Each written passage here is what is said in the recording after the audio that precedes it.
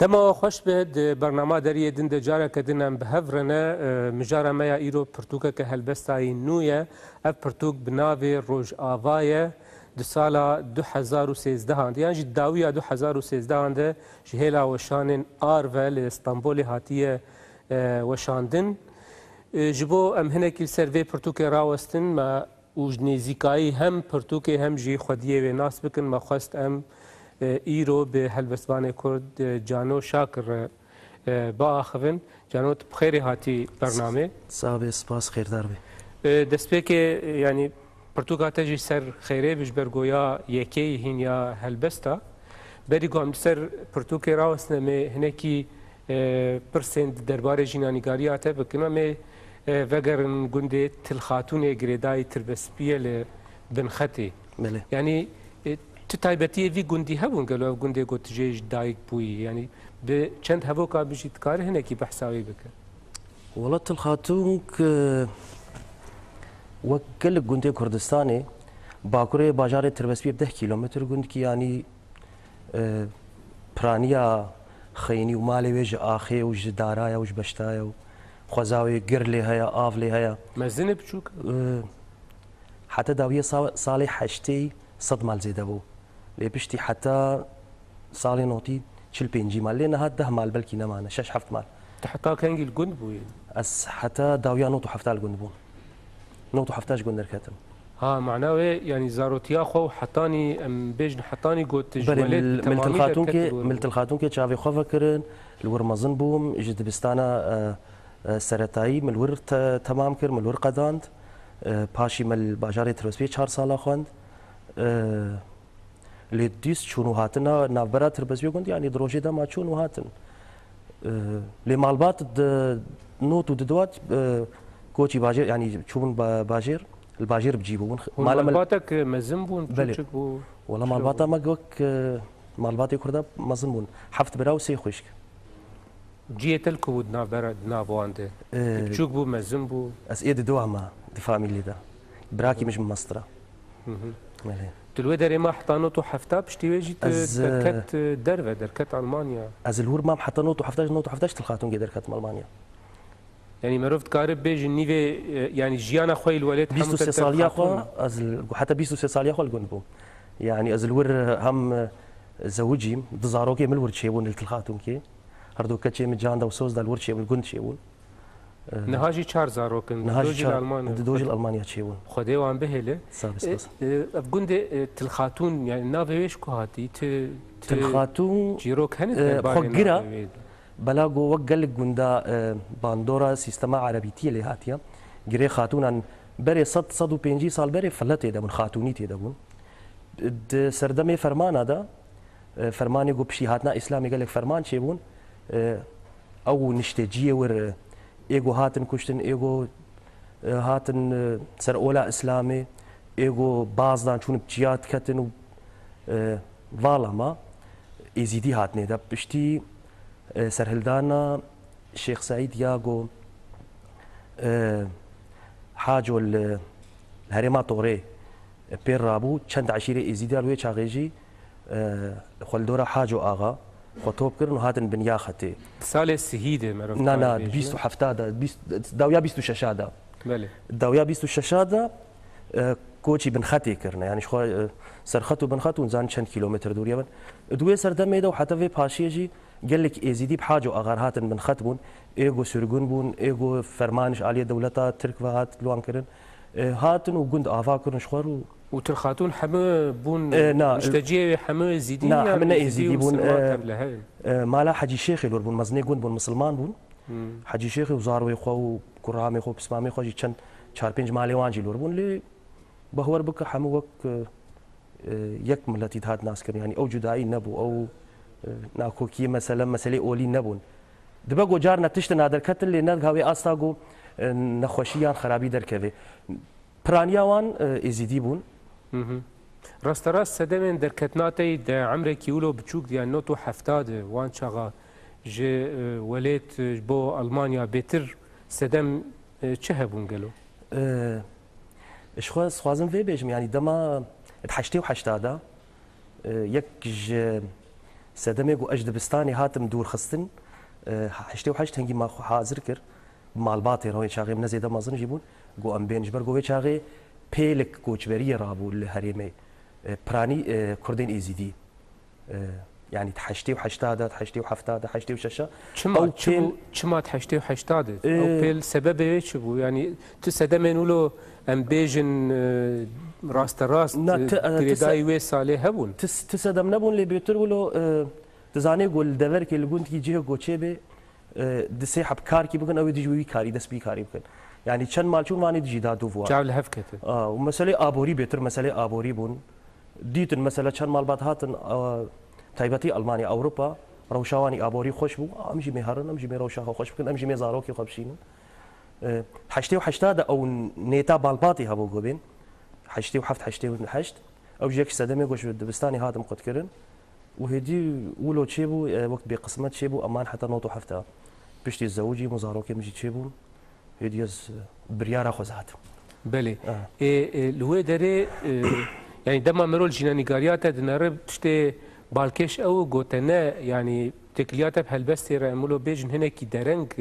دست بكره برتوكاتا هي كم بري سي البوم تا يعني اي سترانا موزيكي در كتبون او البوم يعني صلا 2000 او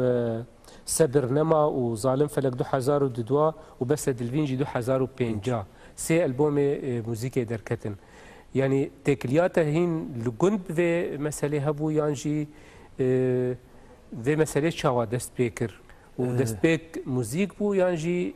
غوتني وان سترانين غوفي داويتا غوتن بو نه دست بيكت سيبر همي موزيكي موكرن دناوا چاندو هنر دم جيو خاگرد ل وقت بشكل كي فرمي متصالا نوتو نهادا مدست ب ستران غوتن يان ستران بيجي مغوت وچاغش خط الالمانيا ابو از الالمانيا و سالته تشي بون الوليجي تيكل ما هبون بهنر منارا بهالبسوانارا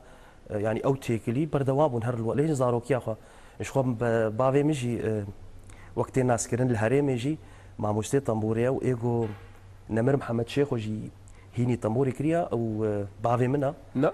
شنو في دهات خليل ازدي خليل ازدي از يروش خوش هنازم جو يكي وك محمد شيخو الجنباوي هيني طنبوري ابويا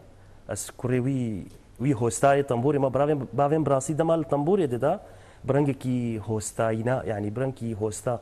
مع مستتهي الطنبورة كلاسيك تايبتي او باندور المكر تشتكي وي توماركري مايل خد يعني جيرين لجيانه يعني لا مخابن بري سي صاله كوتشا خوي داويكر وتشتكي وي برهمن وي اولو برهمنا ولو مال باطر جارنا ولو الطنبور دا تك طنبور يقولوا هنا معناها حسكنا طنبوري جبافيتا بلي او موزيك شخو متخصص فيه بيجم يعني باندورا بافي من بوياها موزيكي مش بقولوا حتى بسي برهمي خو من متشكر سي برهمي موزيكي ودوان برهمان يعني جبر جو تديد مجارا ما هالبست برتوكاتيه من برسا نيفساندنا غوتنين وان سترانا كربانا كيد نيفساندن صدي نوت وحفت نوت وهشت ايه مبون يعني زنابي صديصت بلكي چند حب ايه هالبسفاني دوم قلت منك جوانجي كرابي من هالبسفان خبات شاكر هالبس دو يمون قلت الناس بهورم يك دو برايم يك دو نفيسين ما قلتن وكيد ايه كسي دنا قلتنا ايه خو قلتنا يعني برهم يقول متشكر متخصص هم اوازي بدميدا هم هالبس تايجي بنفيسم لدفي برهم ده قد هالبس تي قوم مقوتين برين يعني تشتد برهما مني هالبس ده قد نهات نخوندن رفت کاری پیش تکلیات بنیفساندنه رد دست بیک نیفساندنا گوتنین ستران بو. بله. تشتكي وها راسته. صدي صد مبويرن كي دست بيكر يعني هلبستا كلاسيك. مش قال كي زحمت بوت هلبستي كلاسيك فايده بك يعني جگر خوي نتيدا صالح حشتي وشارات تي بيران بريمني مازن ديوانك جگر خوي يعني يا كيما از نظام الجم كياني بو غوغوتي وي حفتيك الجم تبي بجد وي حفتيه دا وي ساعات كي تخون من ساعات كي تخون هنجي ما خوهيني الفابايا كردي ذكر وكيد اف سالا دبو وچاوا مساله چي بو يعني المال بولو بنسياتيف اخوت هيني خوهيني كردي كرو دس بنفساندنا قلت نستران كر نا ابخوا بشتي جو از شدبستاني دركتم شخو هنگی پشتی هاتنا پارتیا کارکرین کردستان یا روجاوا داویا سالی حشتی شخو دوی سردمه دم جساتا حشتی و شش و حشتی و هفت و حشتی و هشت تکلیا ما برخستن ارهابو مسئله کومی موزیکی دا مسئله کادروین پارتیه دچونو دهاتن بلافوق دا آنین جوین چیت کرن هنگی او تکلی چه بو بهتر امبون مرقدار یان حسکریه کردیته یعنی هر تشت بکردی شخواجی جواکا اولا ازیدی ما هر تشتی مدمالی بکردی بو يعني حتى سكارموي بيجن باندورا جو هالبستي المبوج زارو كاتيامه او مراسيم يعني او عادات او كفنا شوبيا اولي دعاء شاو بيجم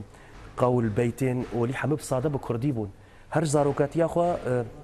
او باندور المبو يعني دماغو دعاي ازيديات هاتن خوندن بزاروكيا خو متسري خو دمولو قيد كرن أنا أو دعاء قيد قول يزديا إيجود شكان ياخذ مسألة السروان مزنبو حتى تشير هذا يعني بون تشافكاني جوتين استرانا إيجو تنيفس نا وين أو دوردا أو مجارك دنا مجارا سترانغوتني تباندورا يد هالبستي المنك اللي دماز بيجم هالبستي بزاروكاتي مش هالبستي حاسكر أو باندورا خوندنا وان دعاء وقول إيزيديا لجمع ولدارك هو جيرد قوتن فقير حسي 8 من بين 6 صالبو 6 حفت صالبو اسبر قلب برين جارا شخو نيزيكي مابو دما قو صبهي دعاء خو ذكر من اخو نيزيكي بيذكر دما ايفاري دعاء خو ذكر من اخو نيزيكي بيذكر او قوتنش ايونا ازبر كرن از هات مالي منا قوت ديام نبافيم تقو قلنا هات نكاري فات تشتا بيجي او تشتمر مزن بون شما قلناها يعني الجور بيرو باوري ازيديان بيجو من الجوري بيرو باورين ازيديا يعني كسكي قلنا اولدار بي كسكي قلنا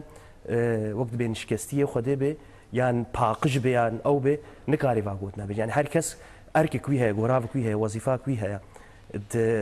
واري اوليدا تكلياي بيرتنا قوت مريد يانجي تبير يانجي نا يعني دما قوت بقي الثمنكي تكاري خو بكي اولدارك او جي مرجي وين هنا يعني اولدار مثلا تكاري هري القاليه لالش خو بكي اولدار والورد خدمتي بكي غراف كي بكي يعني اركي كي تبكي مرجويجي او هنا او الور مجلسا روحانيه برياردي الور ازناك هذا ويبر فريه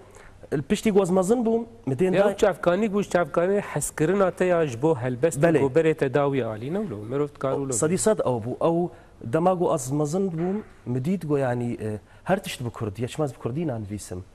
تجرباني متشيبون بري هالبس ان فيساندني وقت مباري رومان پر دخنت حسكرنا مش رومانر بيسي نور بو يعني رومان بو جيانت مني تهيبت يعني از بيجم بولو زناخواز موي هجماري بيجم شقا رومان مخوندنا رومان مخوند تجربك مني بنفيسانا روماني تشيبون نابرا 45 روبلي من فيسي جيروك مدا اليكي مد روماني دا تشتك ديت دمات روماني بنفيسي گرک تو هلبستی دا شهرزابی گرک تو هلبستی دا سرکفتی بی گرک تو عالی هلبستی دا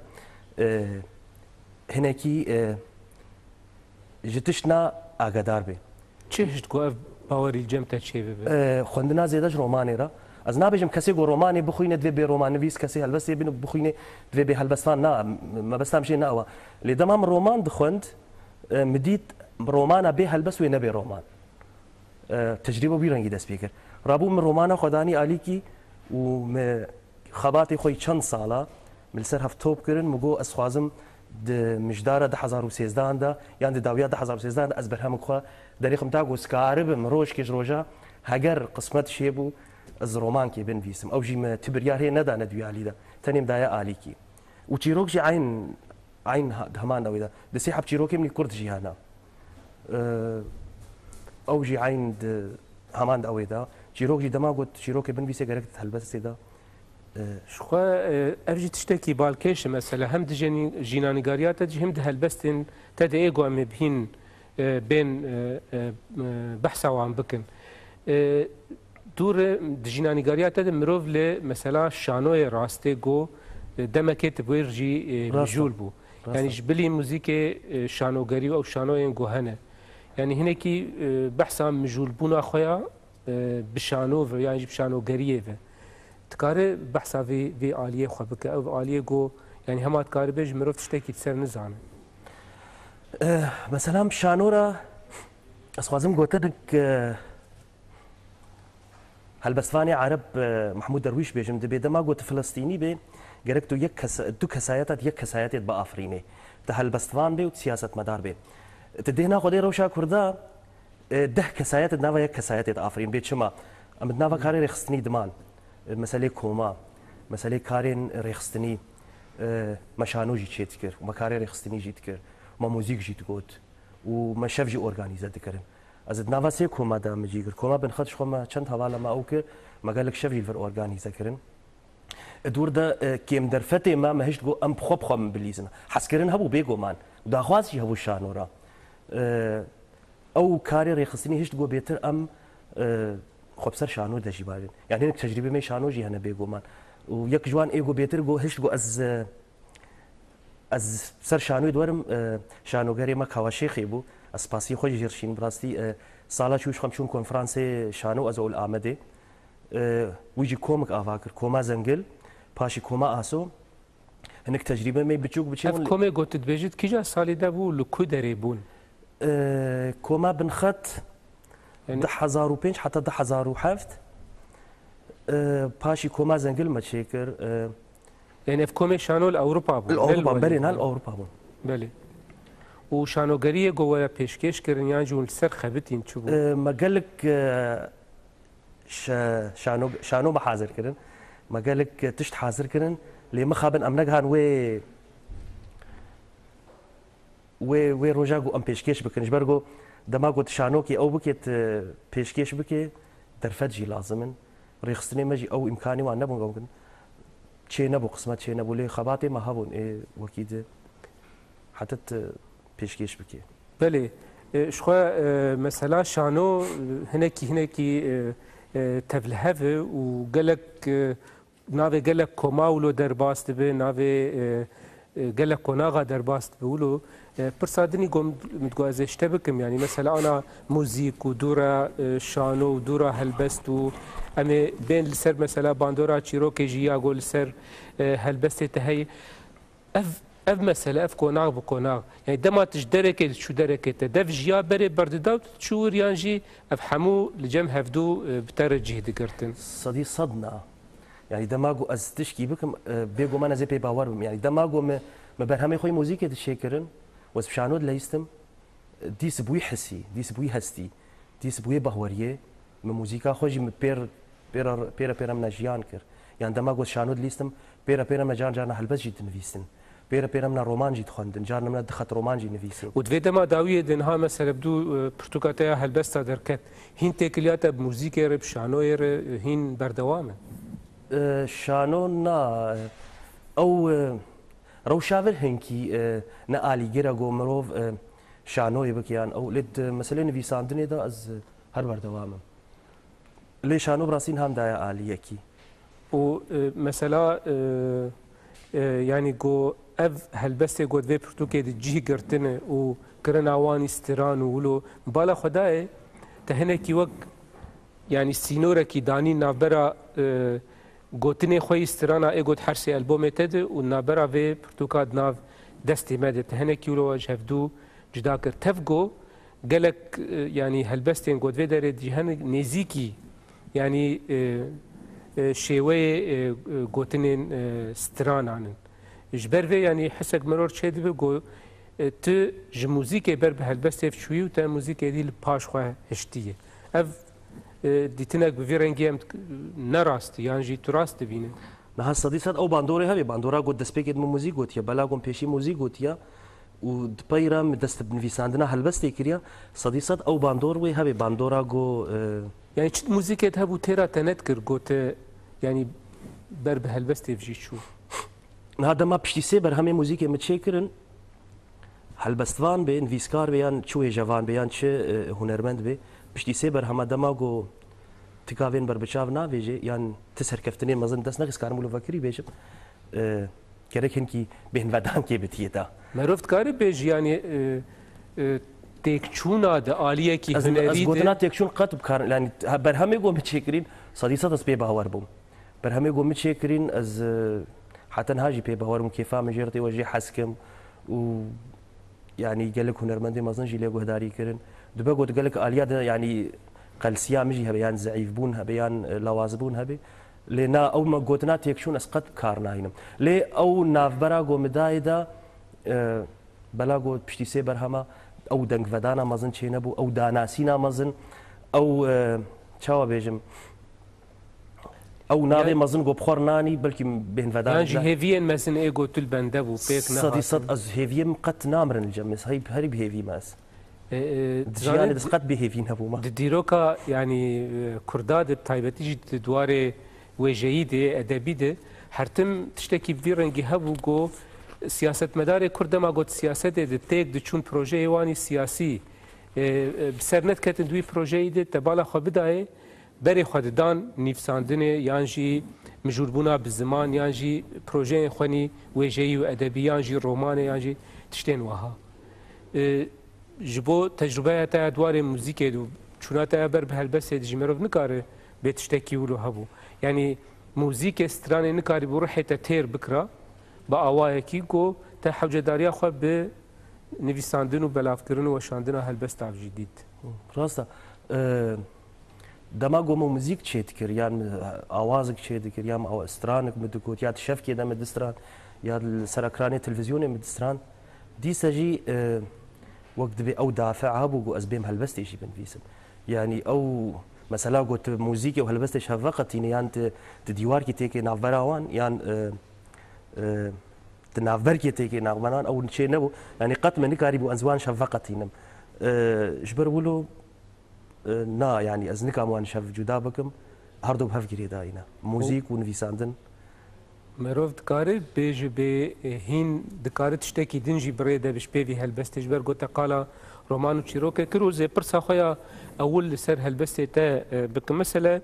ديروكا ونداده بله دما مروف هلبستي دخينه و يعني 4 5 6 هلبستي دنجي هنا تدست بيدك وقت تشيروكا كي مثلا دوي هلبستي دج دما نوح دست بيد كي حطاني دما نها تشتي قوت تخازي بيج باواي كي تشيروك بيجي ت وان قوتنا دبيجي يعني مروف دحس مروف لبر تشيروكا كي لبر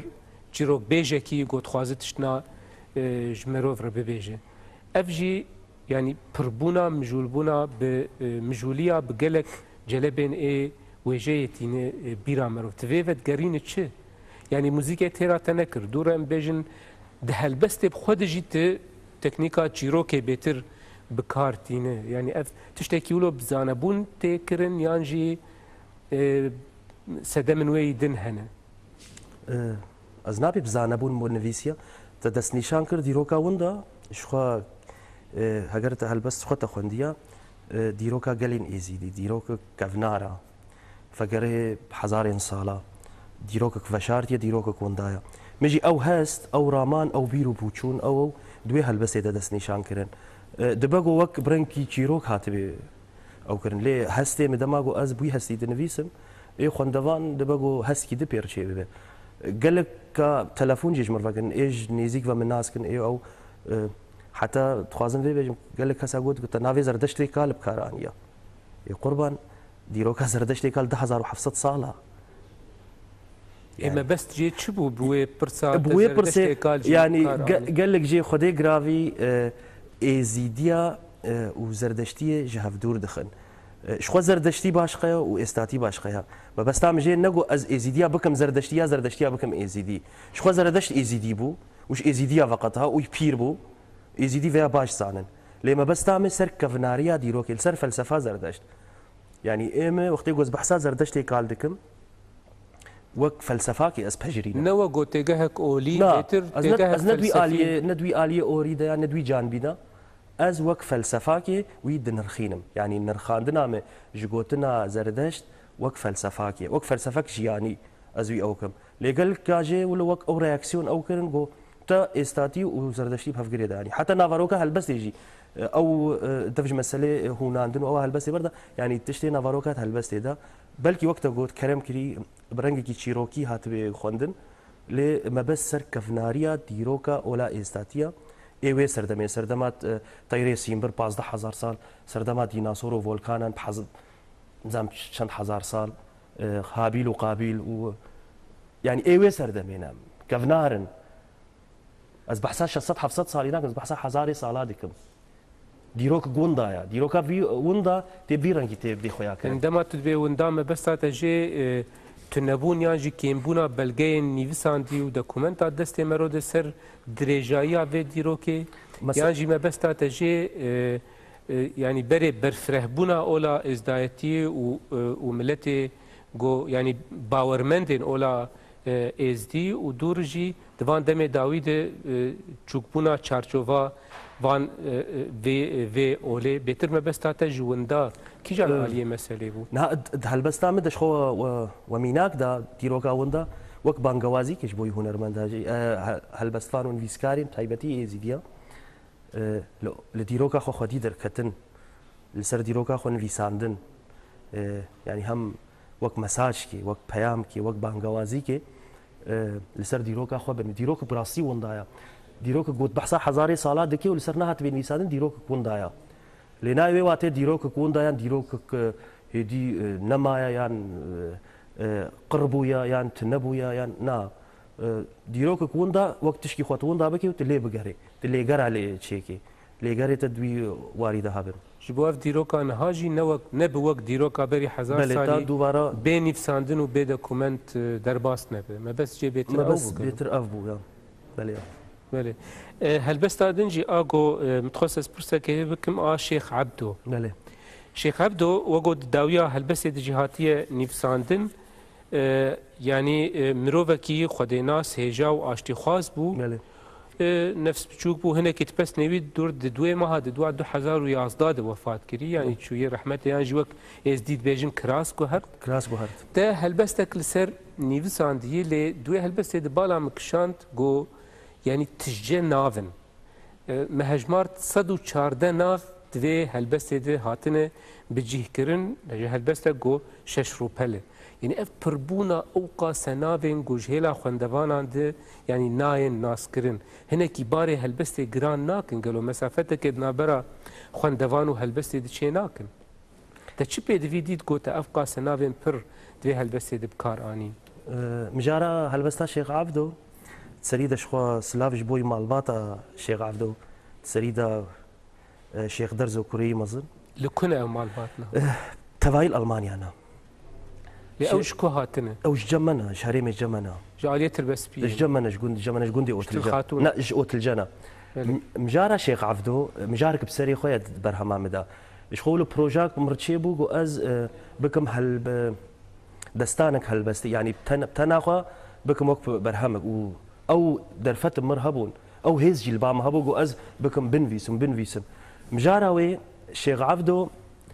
mirovekî şêxê ola êstatiyê bû xwedênas bû aştîxwaz bû ji milletê xwe hez dikir yanî gelek mînakê wî baş hebûn gelek tiştê wî milletê wî re ji gelê wî re baş hebûn heta li ser nivîsî dema di nava helbestê de dema goz behsa Şêx Ebdo dikim ew cenazî wî çê girê felekê got her pênc gundên cerehê got girêdayî tirbespî heme êzîdîna li wir tên bicîkirin yanî li wir tên veşartin gorê wan li wirin dema got Şêx Ebdo diçê xwazim dîmenkî bidim herêmê cerehê gundê cerehê danasîna wir çem û robarên wir avan wir mamûstên wir helbestvanê wir hunermendê wir ez wan wek dîmenkî ez dim xweya kirin di wir re Şêx Ebdo derbasî nav miriya dibe mirî tên pêşwaziya wî ew miriyê tên pêşwaziya wî tu wan hejmêr yeko ez wan bejim rabin deraba filan pêşwaziya şêxê xwe bike bi vî rengî her yek berê jiyanê de karî çi bû rab bi wî rengî pêşwaziya şêxê xwe bike me bes jê gelka jê got hinar gotiye rab çay û qehwê çêke û nizam çawa me bes jê negot ez yekî biçûk bekî mezin bikim ji xwe helbestê te tişkî wlet yekî biçûk bekî zeyf bikî ji xwe behsa xizmetkariyê kirî xizmetkarî ji bo xizmeta Şêx Ebdo belê gelka jê wilo wî quncika teng didîtin got ev ne wilo ciwan bû yan nespehî bû diye got nebêjî yani me bes em jê ne ez yekî mirî biçûk yakî ew bikim na me bes jê tev da bi hev re yanî yani heta mij bavê xwe gotiye rabe jê ril temborê xwe temborê xê ti xizmetekê yan xwarinê jê çêkê ti xizmetekê يعني تشاي وقهوه جرشكت خدمتك ويجي خدمتش قال لي خركر اختي اللي جياني يعني هيك مروفك شيخ وتوي استي دا خدمتي جيانا خد اشتر بك ورابي تو خدمتي يعني تشجير بك وينكي ماي يعني افسدوا چارده ناوین گوت هجمات از ورم سر بس از همه مرينا اسخازم تشتكي فين بكم بري گوت يعني گوت ناخوش بير نك بله افسدوا چارده ناوین گو مثلا دفرد هاتنه بكار انين بله يعني اف ناوي هاني حمو براسي جيان دهنو توان ناس ذكر و نها مرينه و تا ديسا ناوي واند هلبست في اواي گوتي حليم صدو 14 بيرجي كرن غازن جيل مهاتن كن رخنج مار تشما ناوي مريه من گوتي تشما فلان مرينا گوتيا شو حجمارا مريات فاصاليت داويدا چيبو يا بينج گوندن دماغو تشي گورستاني گريف لك وقت هري بازاركي او كسي قد بيجي صد من نظام تبي صد وشارده والنافنا من هجمارتن صد وشارده مر صدي صد وهجمارة تجي وقت هذه قال لك نافش بيرجي كرن يعني دماغو من هنفيسي حر روج قلدو آده نافني دنا هاتن بيرامه قال مشي فكر قلت نافي مريم انا قلت قرقت ابو قلت خوش شو تشكي باشو حمل جياني بو وچون كوچا داوي كرن وبشتي شيخ عفدو هاتن بيشوازيا شيخ عفدو حريك برنگي خو حريك جيانا خود چكار كريا هات خدمت الشيخ عبدور كريا ما بس جي ابو داناسينا هرمه داناسينا خلق الور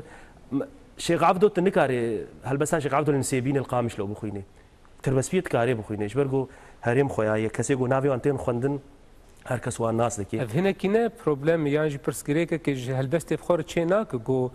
د چارچوبک هنا کی تنگ د به فهم کرن یعنی جی به او کسانا به ناس کرن وش در و ایوه چارچوبه دمات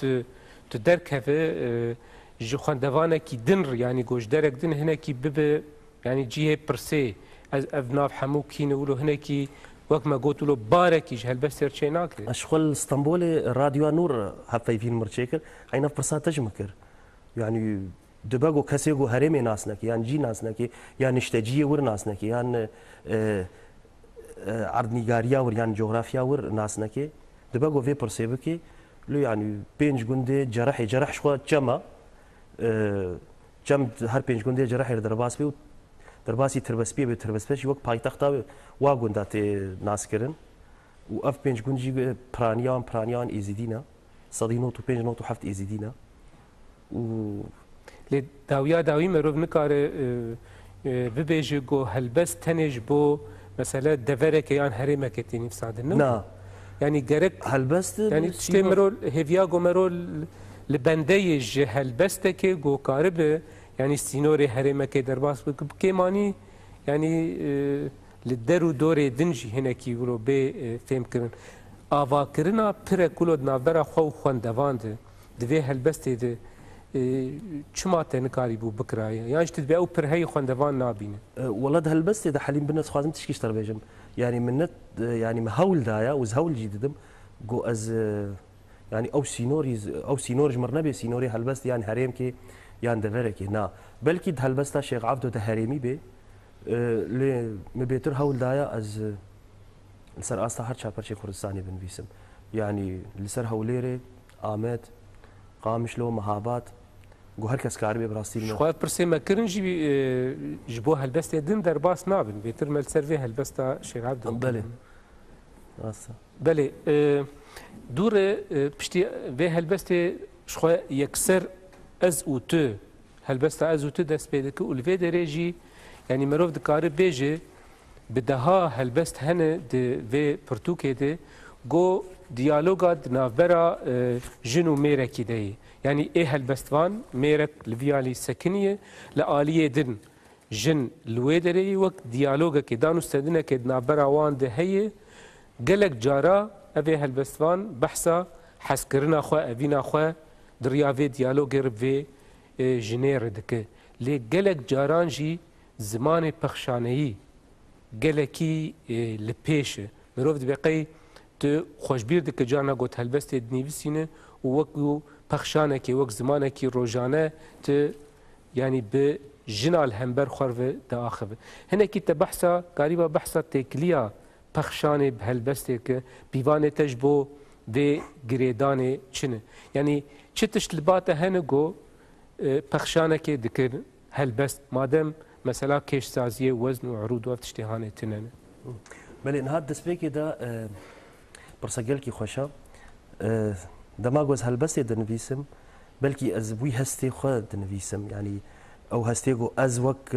دیالۆگی ناوبەرا خۆ و کەسی بەرامبەری خۆ ئەس دەنویسم دبە گۆ بڕەنگێ پەخشانە هات بێنویسان یا بڕەنگێ پەخشانە تێ خوێندن یا تێ فێمکردن لێ ئەوژی باندۆرا گۆمە ji muzîkê dîsa zê vegerim gotina pêşî gol muzîkê me dest bi karê stranbêjiyê kiriye dibe got ew bandor me bê yan ew tesîra gol muzîkeş me hatî ev rengê diyaloga min di helbestê de yan jî ew muxatabebûna me got ez kesê beramberî xwe muxatebe dikim meselê hestin lê بهستي خو نویسی بهتر تپالا خو دسپیر هستین خو دورت هلبستا خو نویسینه بگو من او هستی گو مرچه بن او خیالا گود سری مده چیوتی دبا گود دجیانا خو روزانه دز راستی تشناتیم یان حوال نیم راستی تشنابین ازوی دریا هلبستی دز بدم بکم هلبست ما او ترسترتنا گو جارنا او هستی هانه گوتنن روزانه و نورمال درکفن و نه هلبست درکفتشتی کی ده تفگو هستن گلکی گرمنجی لدما وكو هلبست مثلا تنبونا وينين هلبستيانا صورة شعري تنبونا مثلا فورمك تنبونا ليست كان لسر زمين تنبونا يعني اف مسألة هاني جو هلبست وكو فورم وكو آفاكرن يعني وكو هناندن بيتين ناسكن تنبونا وان تناتر سجو جانا هلبستاتا بك جوتنن ولو البي هاف ريسكري جوتنن گو زمانی روزانه و پخشانهین و هاو و نه هلبسته او لسر مجاری مين يعني دما گو توی مجاريت او كي مجار شبيت او شخطر سوي نبي ياد از نابيجم يعني مثلا دماز هلبسته بن يعني تشتي صديصه جيانا مني روزانه د چيبو از تشتي راستي هات مزي بنويسم لي بوي زماني هلبسته گرك از بنويسم يعني نو گو از دانوستاندنا گو از دروجه از تشتي راستي تيم تشتي سبي علاقه دار دبم تشتي سبي تيكل دار دبم نا لي برنگكي هلبستي بزماني هلبستي بحسي هلبستي بوي هستي هلبستي بنويسم او مساله ترسي هدي رابن خويا هنا كي باورياته بهستي تولو ازقلكي بهستي خو بهوي ازقلكي خدان بيرو بهوي دكاره هلبستي بلند بك سويا هلبستي تفقو بقوتنن ام بيجن ولو بخشانه يجي بي نفسانده مثلا گوتنا پخشانه يعني برنگي پخشانه بنويسم دبا گوز برنگي ساده دنويسم ولو زيدا دواري ادبي يعني ادبيات يعني گوتني ويجي بلكي درواس نبن زيدا از بهور بگز فيتشتي بلكي بزانبو نسكم يعني از من برتوكا خو ميناك زي بدم كيكي حالي من برتوكا خو بلكي مدا بالصدا حوالا دوستو حوالا دياري قال لك حوالا برانيا وان از ناخذ نواجي بيجم دقوتن مجانو هاجرتا قوتني قلو او كربني بخديم ناخوين يعني قوتنا صادا از خوازم بيجم قوتنا رحت عقوتي في كرنج هلا يعني دما قوز هلبست بنفيسم لد همان دمي تجي هلبست ب و بيقومان يعني شقالبي خوي هلبستي غرق درنا كيفاش كراسي خوي هلبستي غرق درنا كيف او رحي هلبستي يجي غرق تيدبي او رح او حس او هو ناندن يعني هرتشت ازنا بس مش ازنابي يعني كراسي هلبستي دريخيان جوي رحي هلبستي جي دريخينا لي قوتن هنا يعني تنقاري بجفاكي دي بيبدي او كرب راسه ويجا غرقت تبي ادبيات غرقت تبي قوتنين او غرقت تهبن افتي درباس من الجم نقو جا كل جم بيدنا بنا لي تقلك مجاران جيد تقلك هلبسه جيده مبزانبون قوتني ساده كرني او قوتني ساده تاقو جفاك جيتي او بكي لو ما فاها ولا جمر قوت والله تبا قوتني قالو تكربني مناخوين يام تي ناقيجن جبروا له قوتني ساده از هين هول دم گو بيتر پرانيه جارا گو از گوتني ساده درباسي هلبستي بكم بله شخوما بس تماج برسيج هنا كي ام ديتنا تد مثلا ولو تيكليا هلبست بخشانه د ناس بك نفجي هنكي هاد زلال كرن لي تبحثا تيكليا موزيكي و يعني باندورا موزيكي اثر هلبستي كر برسك دن بخوندوانه و پرتوکر چه بده ما تخوين مثلا وكو ميناك شخو ميناك پرنجي لي كچا ازري به يعني جي هلبستن دن بن مروف لموزيكا درفيي يعني الموزيكا كوتنا يعني الهفهاتنا كوتنا راستي نهل بس نقولو كيش سازن ليه دهمان دميدجي داويا وان كوتنا وان هفوكا هنكي تشبه باوايكي غوريتمك دهندري وي هلبستي ده تشيبه دما گوت هلبستا کشساز نانیویسین تو گوتن استرانا نانیویسینه چی پێدوی تدبینە گوت یعنی وان گوتنên li hevhatî de helbestê de bicih bike vî rîtmê hanê di helbestê de bicih bike pêdiviya te pê çi yê gelo دبا گفتشکی خوازایی به مره به یعنی از بلکی نکارم خوشی و باندوری آزاد یا خوشی اینکی جه خوب سینور بکم دیز وگره سر مثلا موزیک یعنی دبا گم دست بگیت موزیک گوت به دبا گو مسئله استرامبیجی او باندور او تاثیر مکبی بیتر وگرن هم مسئله هست یعنی او هستی گو مرچه بن دبا گو از نکار بمش و خلقات تنگ هدی گو اسکار بم هدی خوشی دور بکم يعني انا تقلق جاري ام بقراند نو تشافكانيا خويا دستبيكي موزيكي ولو حسبتر هي جو هنا كي دفان هالبست هذه حطانها يعني او موزيك وستران بيشكي تدكشين بالي خده وهنا كي تج امولو بيجن ناف دكفانا دخته جهالبست دور دخلنا هي لقوت جه بده وينين هالبستيانا جه بده هون عندنا فورما هالبست لي يعني بيتر جهة السر هستين تانو ولسر أو ريتمو موسيقى هندري البستة دي مرفت كارت تشتكي ولو بيجي كنت هم بتمامي جي يعني موسيقى يعني رزقار نبو يجو تقارب هالبستة كله أم بيجن سر بخوا بنيفسين دبقو أف ناكوك يعني أف بيدابون الجم دوام جيبوكي نزان وی بچرنگی سکاربم هدی خوشبی جوی کراسی گو بر بوی رتمه با کو تست نشان کری یعنی بهتر مبسر هلبستی باجوی بهتر مبسر نویساندنا رحی هلبستی باجوی بهتر مسئله هستن و مسئله دست بیکینا پرسیمه درباره کتابت براستی گلک زیدن لی وقت ما جی پر هندک مایه بکنایی بجی متخصص پرسا کینه بکم و گلکی پیراتوره یا جگر خوین آنی بیرامه بفیرنگی ابجاره کی بلکی هلبستک لسر جنک بفیرنگی ده پرتوکا که هلبستا گو وی آوای هاتی نفساندن ولو ام دخوینن ما بستا تج نفساندنا و هلبست بوی آوای گو یعنی جگر خوین ده مقاله پیراتوره دکب آوای خو بحثاوی دکو و جنک بفیرنگی پیشکش دکه جبو کینت چند گوتنا بجید کار چی بیجه؟ هلبستا کینه جنک بوله گنده ما سلاوی خوشی جردشینن او متخست وی دیمانه گند جنین لگند ناوی جنین لگند دبر همامر در واس به بلکی گو دبگو هنکی بشکل کی کمدی جی من نویسی یعنی ولو کسی نشتجیه وی گندی وی دوره ایگو بخوینجی یعنی وی بگرنجین یعنی وی هنکی بکنوی بخوینن بهتر داناسینا جنه دوره و لگنده ما یعنی خالتی که کینه از بیجم سلاوی خوشی جردشینم نها عمري دورة چند سالي وقت جنك مزن نه 6 سال يعني نقل كي مزن ولو نقل كي مزنا لي يعني ميناك بو جنك ميناك بو لگند يعني تايبتيه بيقو ما صديق هبون حتى من يعني قال لك جن هبون لگند ما اللي نوك ميناك بو لگند ج حسكرنير ج باشيره ج هر تشتيره ميناك بو يعني بيترم او هالبجارت دگوندا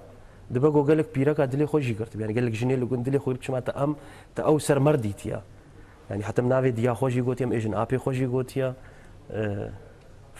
فلان جن وفلان جن ناغن خالتي كام كينه جبرگو ميناكي وي هبون جبرگو تشتوي جياني ده هبون السر زاروكي خما يعني قال لك تشتوي باش هبون السر ولو مسر نفيسي مسالات بيراتوري وغريدي جگر خوين سر بيراتوري نفي مش سر خالتي كا كينه نفيسي لي او بيراتوري وكينه يعني نقوم من ما او لبر بيراتوري برامبري بيراتوري وكرينا مثلا جند وجنيل جند وجيانا وان وديمان كي بالكيش يا جند بس جي افو بله ما قلت برسا مي داوينها السر برهماتيا بيه چه نافده سته دی چه نهاد دوره دی پشتی چاپ کردن و بلاف کردن روش آوا والله از نخواز مولو وقت سوزی بدم اش خو اف برهمام چی بولو زيدا ولو ريكلام جير شي نكر لي هلبس ده بهر حال از بردوام وز نفيسم شو خدما من نفي ما خلاص كبر ما روش آوا سيزده هلبس مزيدا مان ولو هناك تبلي هفي تشيبو سيزده هلبس ما جوش بوي برهم كده وهرز بردوام يعني از كارم بيجم روجانز نفيسم يعني هجاز نروجان نجي ننفيسم حفتيه سي چهار روجي خوز نفيسم يعني سنه يعني برهما بيجي برتوغاك هلبس صدي صد هلبس وي هبي ل جيروك ناف دستيم يك جيروك ناف دستيم دم تخست از دم قال كي خرت از سربسنم جيروكي كنو دريش وكيد هاجر قسمت شيبو و او شيبو بالكي ام كار من روش كي رومان كي شي بنفيسن از لوي كاري خوي بري بقرب هاجر ما او هيزت خديت لي او نسوزا لي او ول دمي بيش دوي بين خويا كرن لي هلبس صدي صدت هلبست بردوام بو اميجي بهيفيا بيكانينا وان سوزان برنامج خب داوي بكن جالك سباس جانو شاكر جو هاتنا تاع برنامج سباس وي دوباره بيروز بدركتنا برتوكاتا وجي بيروز بي سباس اجي كيف خوشم ايرو الجمال ميوان سرچاوا وسباس جبوه تماشوان هجا حتى برنامج كدن هم بمين خير وخوشيه ده بخاطري وات